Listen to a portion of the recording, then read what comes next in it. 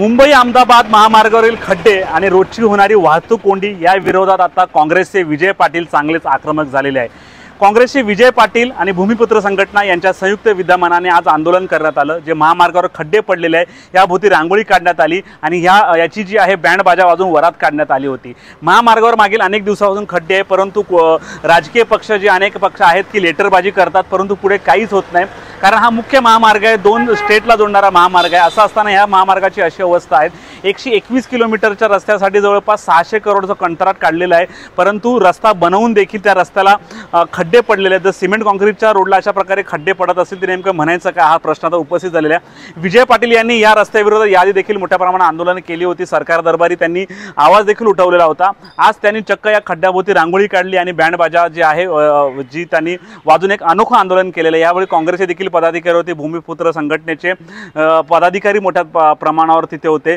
सुशांत पाटील यांचा देखील मोठ्या प्रमाणात यावर पुढाकार होता। त्यामुळे या महामार्गाने अजून किती वर्ष त्रास सहन करायचा, कारण अनेक ठाणा असेल, मुंबई असेल, पुणे असेल, या ठिकाणी जायचं असेल तर याच रोडचा अवलंब करावा लागतो आणि या रोडवरून जायला 2 ते 2.5 तासाचं ट्रॅफिक फक्त घोडबंदर पर्यंत असतं।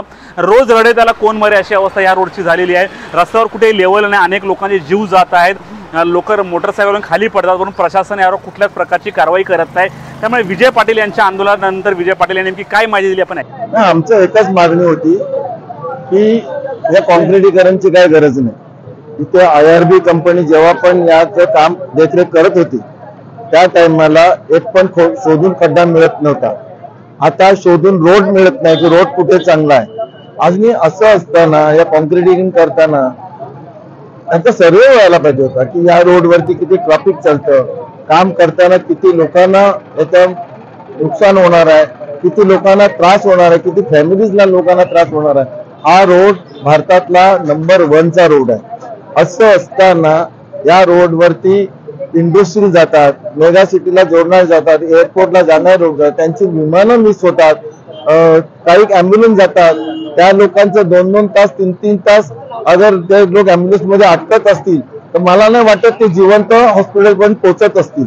अशी गोष्ट असताना फुकटचा पैसा आज कार्यक्रम जो हा याचा ठेवलेला आहे आंदोलनाचा, त्याचा आमचा एकच उद्देश आहे की काँक्रिटीकरणची गरज नव्हती।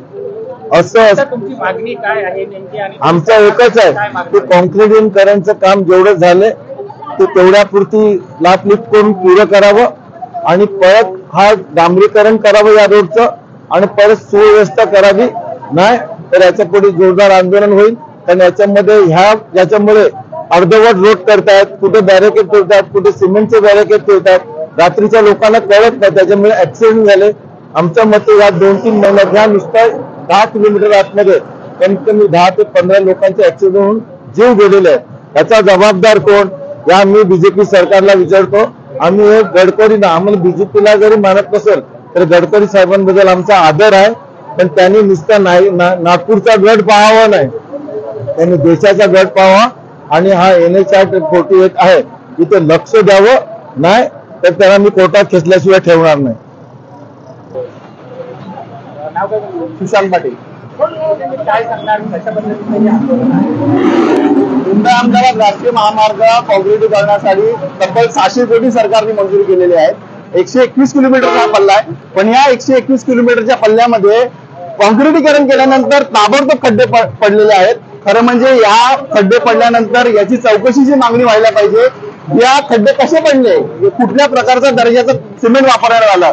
खरं म्हणजे आम्ही हे खड्डेचा निषेध करण्यासाठी आज एक सजावट करून सरकारचा लक्ष भेटतोय आणि प्रशासन जे कारभार आहे या ठेकेदाराचा याच्यावर आम्ही आरोप करतोय, कारण या ठेकेदारांनी आणि प्रशासनाने कुठल्याही प्रकारचं लक्ष दिलं नाही।